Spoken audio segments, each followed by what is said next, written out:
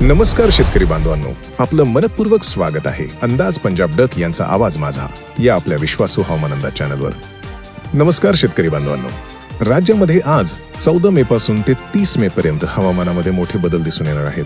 अनेक भागांमध्ये मान्सूनपूर्व पावसाची शक्यता निर्माण झाली असून वेगवेगळ्या जिल्ह्यांमध्ये 2-2 दिवस मुक्काम करत पाऊस पडत राहण्याची शक्यता आहे. हा पाऊस काही ठिकाणी हलका तर काही ठिकाणी विजांच्या कडकडाटासह होऊ शकतो. त्यामुळे शेतकऱ्यांनी शेतीची कामे वेळेत पूर्ण करून घ्यावीत. एकदा पावसाला सुरुवात झाली की मशागतीची कामे करणे अवघड होऊ शकते. ऊस पिकाला पाण्याची कमतरता भासत असलेल्या शेतकऱ्यांसाठी हा पाऊस दिलासादायक ठरू शकतो. तसेच हळद लागवडीसाठीही वातावरण पोषक राहणार आहे. मात्र ज्यांनी हळद काढून ठेवली आहे त्यांनी आज 14 मे पूर्वी सुरक्षित ठिकाणी साठवणूक करून घ्यावी. संत्रा बाग, मिरची लागवड आणि इतर भाजीपाला पिकांसाठीही काही भागांमध्ये हा पाऊस फायदेशीर ठरू शकतो. पण ज्या भागात जास्त पाऊस होईल तिथे नुकसानाची शक्यता देखील नाकारता येत नाही. त्यामुळे शेतकऱ्यांनी सतर्क राहणे आवश्यक आहे. विदर्भ, मराठवाडा, पश्चिम महाराष्ट्र तसेच उत्तर महाराष्ट्रातील काही भागांमध्ये अधूनमधून ढगाळ वातावरण आणि पावसाच्या सरी दिसू शकतात.